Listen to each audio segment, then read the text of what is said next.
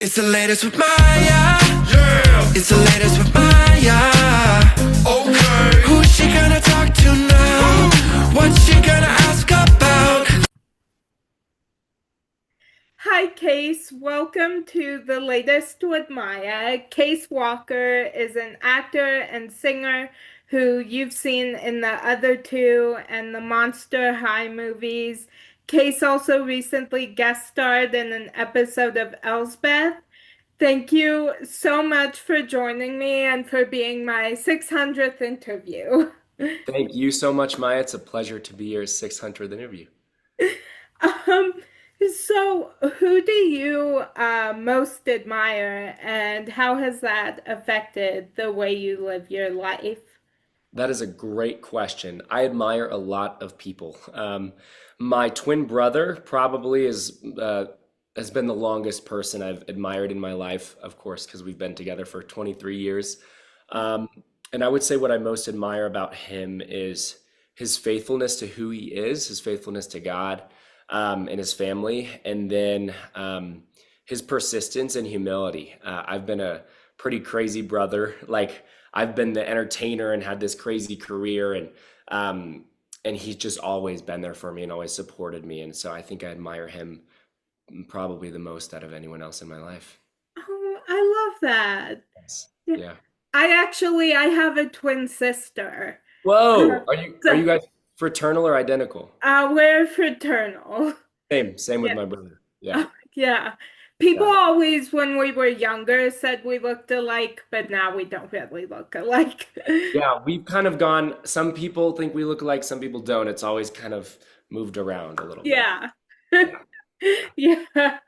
Um, and actually I wanted to tell you I'm doing like a the other two theme because my 500th interview was with Ken Marino. Oh my gosh, Ken's amazing. Ken's the best. That's awesome. Yeah. Oh, is 700th going to be with someone else from the other two or? I'm gonna try. Yeah, great. Yeah. Awesome. Yeah. Um, so what small things bring you joy on a daily basis? Small things that bring me joy. The small things in my life are my favorite part about my life. I Yeah. would say the sun, simply get being in the sun. I really love sunlight. Going for a barefoot walk. Just like prayer walking, I just walk and talk to God and like just process the day and life. And yeah, the sun and walking, as simple as that sounds. Yeah. Yeah, I love that. So Yeah, yeah. For me, I love when it's cloudy. And really, yeah, you yeah, said you like the snow, and I yeah, can see that as well because it's not as aggressive. You're not getting hit with yeah, like to go outside. It's yeah, best when it's warm and cloudy too, right? Or do you like the cold? yeah. I like the cold. Okay, okay. Yeah, We're sitting on opposite ends there, but Colorado offers yeah, both of those things, so it's okay. yeah, yeah. Yeah. So I love all of your music. Is there an artist or song that you consider to be the gold standard when it comes to songwriting and storytelling? Yes, I think there's some people that come close to the gold standard. I don't want to be the one to say what the gold standard is, but Noah Kahan and Ed Sheeran kind of hit some really special spots for me, while also capturing a mainstream audience. I think sometimes there's mainstream artists who don't necessarily, capture the musical authenticity, songwriter-ness. And Ed Sheeran and Noah Kahan, I think that do that very well on a very big stage. So I really enjoy their music. I think Ed Sheeran obviously hits the songwriter, love story ends of things, and Noah Kahan is kind of this folk authenticity from his soul stuff. So I really love their music. Yeah. Oh, I love that. I love them. Yeah. I love writing song lyrics, so I always love hearing other people's Heck inspiration. yeah, yeah. I think everyone should write music. Folk Yeah. folk is in the soul. Yeah. Yeah, definitely. I can't like set it to music or anything, but I write it down. So I think that's such a good way to go. It's kind of borderline poetry, borderline getting your thoughts out there, and uh, yeah, yeah, it's really really great. yeah, definitely. Um, yeah, so I am pop culture obsessed and I go in stages of shows that I cannot stop watching. Yes. Um, is there a show that you are currently obsessed with? This is gonna sound really funny because I'm an actor and I love film, but recently I've been watching reality TV for the first time, and I've been watching Fear Factor, House of Fear. So they just released a new version of Fear Factor, and somehow in the world of so much content online on YouTube TV, I ended up watching like one episode, and I've just been throwing it on as like a guilty pleasure. So that's the show I've been keeping up with weekly. Oh, I love that. Yeah, yeah. I'm also a rock climber. I think I enjoy watching people like react to these scary situations and get through these hard things. And so it's very fun. You know, they're getting snakes dropped on their head or like, crawling through things carrying like rats in their mouth. There's crazy stuff they have them do. And it's Yeah. pretty entertaining. So, Oh yeah. See, I have anxiety, so I don't think I'd like watching yes. somebody. Yes. I tried to show it to my fiance and her mom, and they were like, "Nope, can't do it." Oh yeah. Yeah. Um, yeah, so you wrote and directed and starred in the short film Noro. Yes, that's Um, what was the inspiration behind the story? Noiro was a film written out of reflection on my own life and how I process my own life. I think acting is a job where you can really have like high expectations for yourself, have this idea of where you really want to be.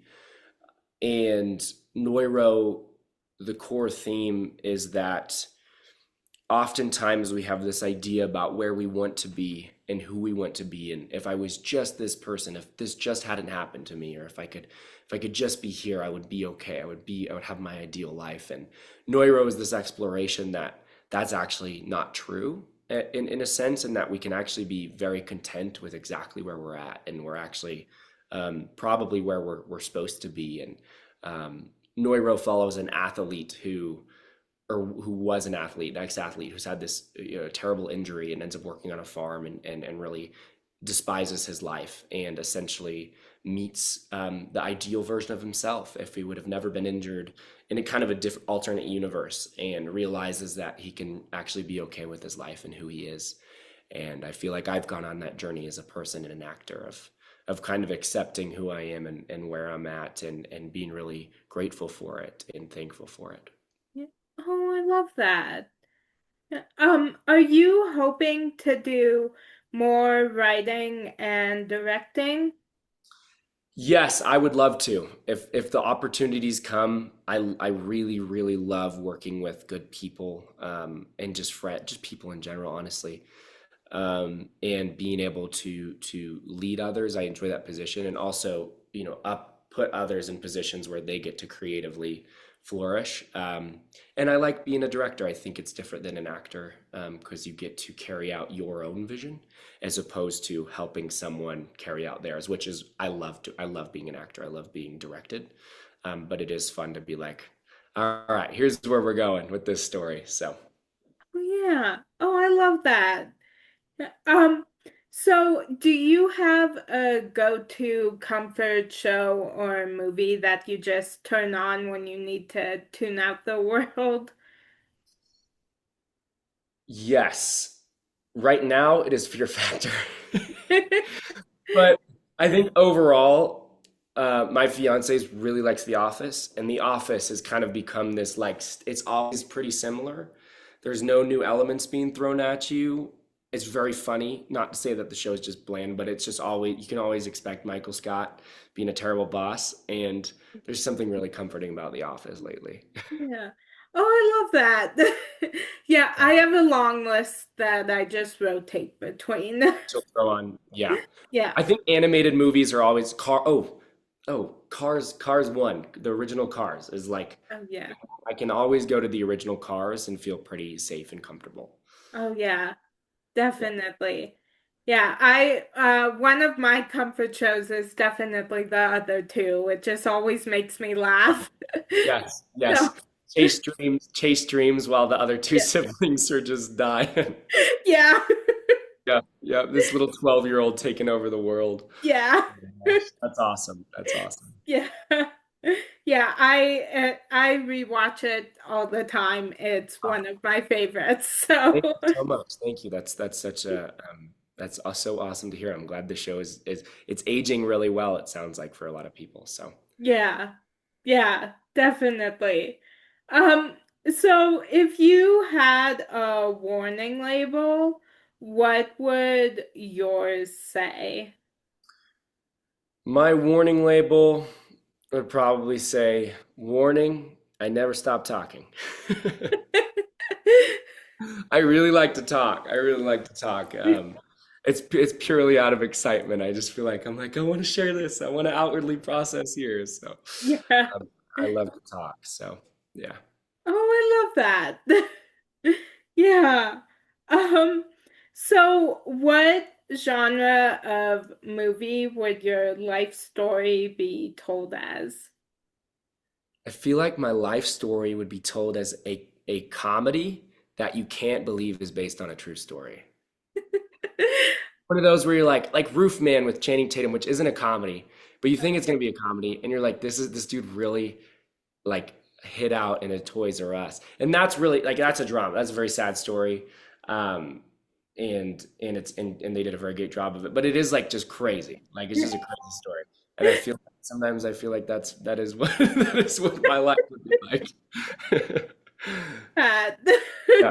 Yeah, the other two, some of the other two seasons were based off of stories that from my life that I told Chris and Sarah, and I said the first two writers' rooms for season 1, sat down with them, and I was like, hey, here's what's going on. The whole episode based on Chase and the social media girl, where they put them together, like Oh I yeah. had some of that going on early in my career, where you like would it was just this funny social media stuff. The other two would really satire it, but it really was a lot based on real stuff that I was experiencing happen and stuff. Sorry, someone my doorbell thing's going off, but Oh, it's okay.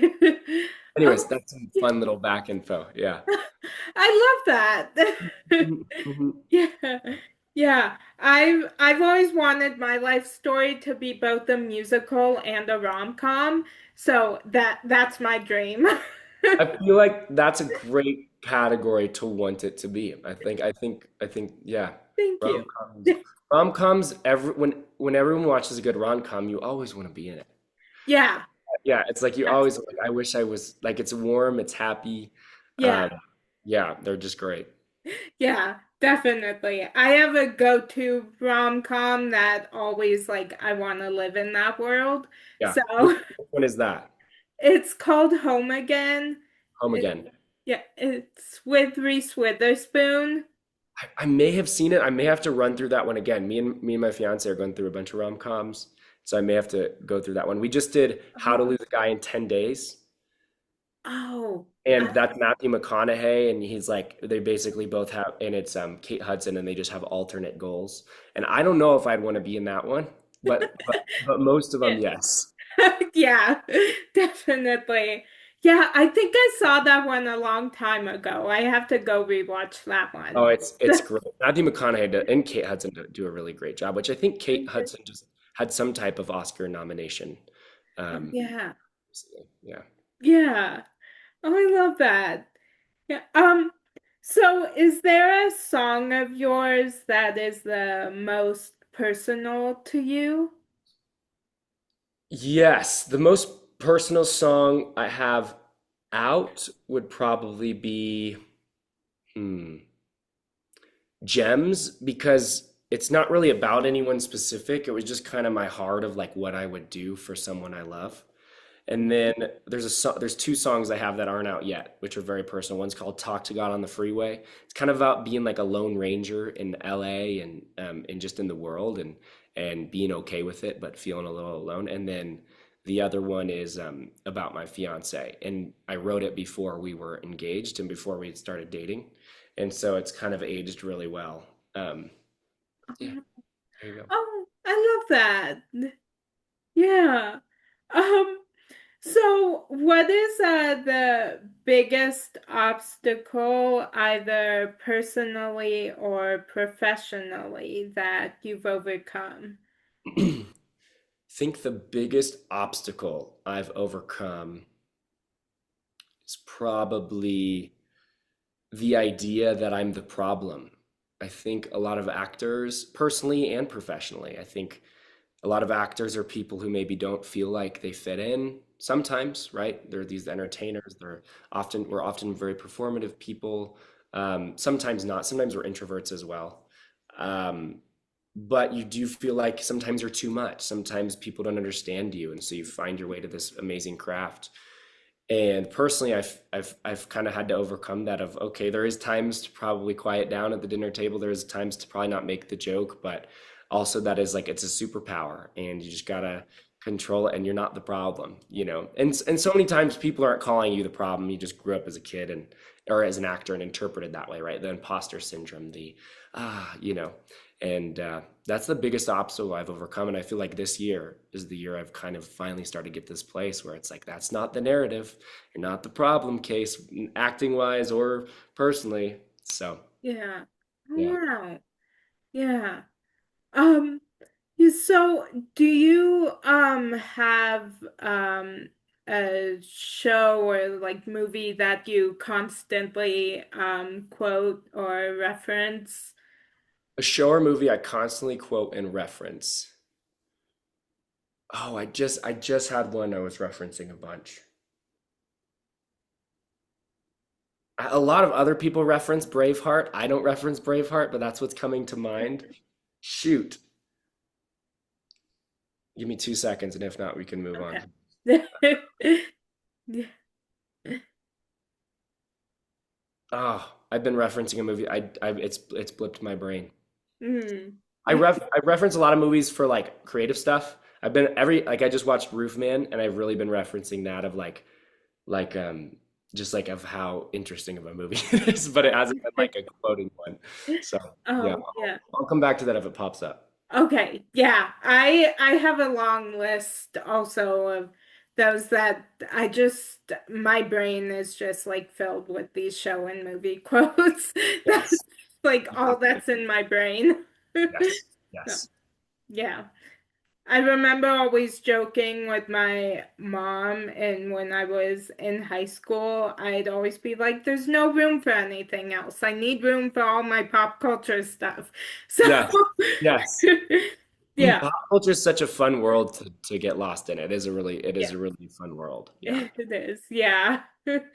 I don't know if you can see the sign, but I hung up a sign that says interview number 600. Thank you, Case Walker. So, I I think it's back there. I can't see it, but that is so awesome. Which one is it? If you point to it. it's like right above I have an live on air sign and it's taped right above. Okay. Oh yes. So, Oh now I can see. I see oh, 600 two exclamation marks and then my name below. Yes. Okay. I can yeah. see it. That is awesome. That is awesome.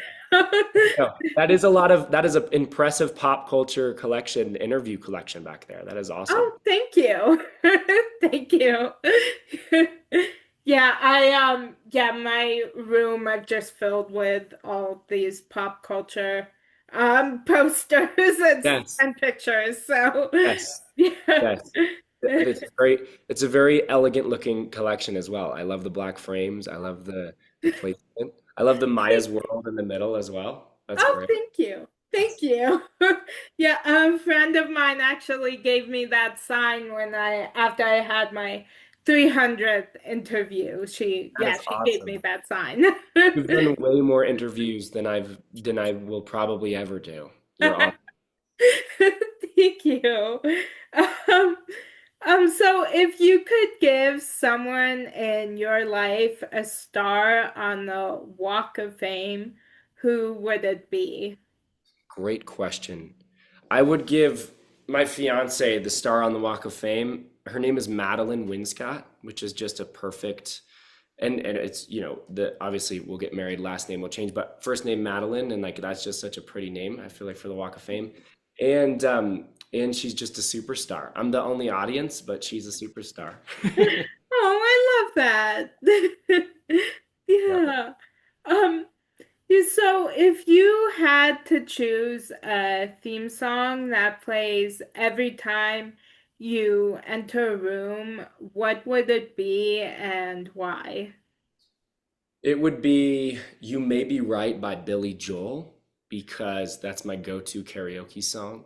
Oh, And it's just, the chorus says, you may be right, or you may be, I may be right, you may be wrong, but it just may be a lunatic you're looking for. yeah. And I feel like I'm just coming in. I'm like, everything's on the table, kicking my feet up and dancing to some Billy Joel. Yeah. Oh, I love that. I love that song. It's a great song. It's a Yeah. classic. It Yeah. is. Yeah. I love all of his songs. Like my mom raised him, me and my sister on his music and just a ton of 80s music. And I think my favorite song of his is Only the Good Die Young. Yes. Um, Yes. yeah. I'm not as familiar with Only the Good Die Young. I know, like, I can hear the melody in my head, but maybe I got to add that one to my list. Yeah. But Yes. Still Rock and Roll to me is the other Billy Joel. I'm Oh, very focused on. That's my favorite. Those are yeah. both. Oh, yeah. Yeah, I love all of his music. Hmm. Um, Yeah, there's so many songs I constantly have on repeat that um yeah, that I think I drive my mom a little bit crazy because it's like all Yeah. it will be like the same artist for several months and You're then faithful, loyal. yeah. Yeah. Yeah. You get on a vibe, and you stay on it. Yeah, thank you. Um, so is there a movie world that you wish you lived in? Cars. Yeah. Yeah. Yeah. I love that. Yeah. Route 66. Cars one. When I road trip through Arizona by myself on the way to California, or road trip through Utah, I wanna get lost and end up in that little town. And I'll go pave the road. In the first movie they repave the road. I'll hang out there for a while. Yeah. Oh, I love that. Yeah. I think I'd want to live in the world of home again. Right. Yes. Yeah. Oh, yeah, okay, the rom-com one. I was thinking Yeah. Home the animated movie for a second, but Home again, yes. And Yeah. I'm gonna write that down real quick. I'm gonna watch that with my Oh, fiance. Add oh, that to. yeah. I'm gonna write down how to lose a guy in 10 days. Awesome. Yeah. And I would love to hear what you think of the movie. I will. Yeah, if we when this interview comes out, or I'll have, we got the email chain, so yeah. Yeah. Yeah, I'm excited to hear what you think. Awesome. Um, Awesome. yeah. Um, so I just have a one final question for you. Um, so today, what are you most grateful for? Today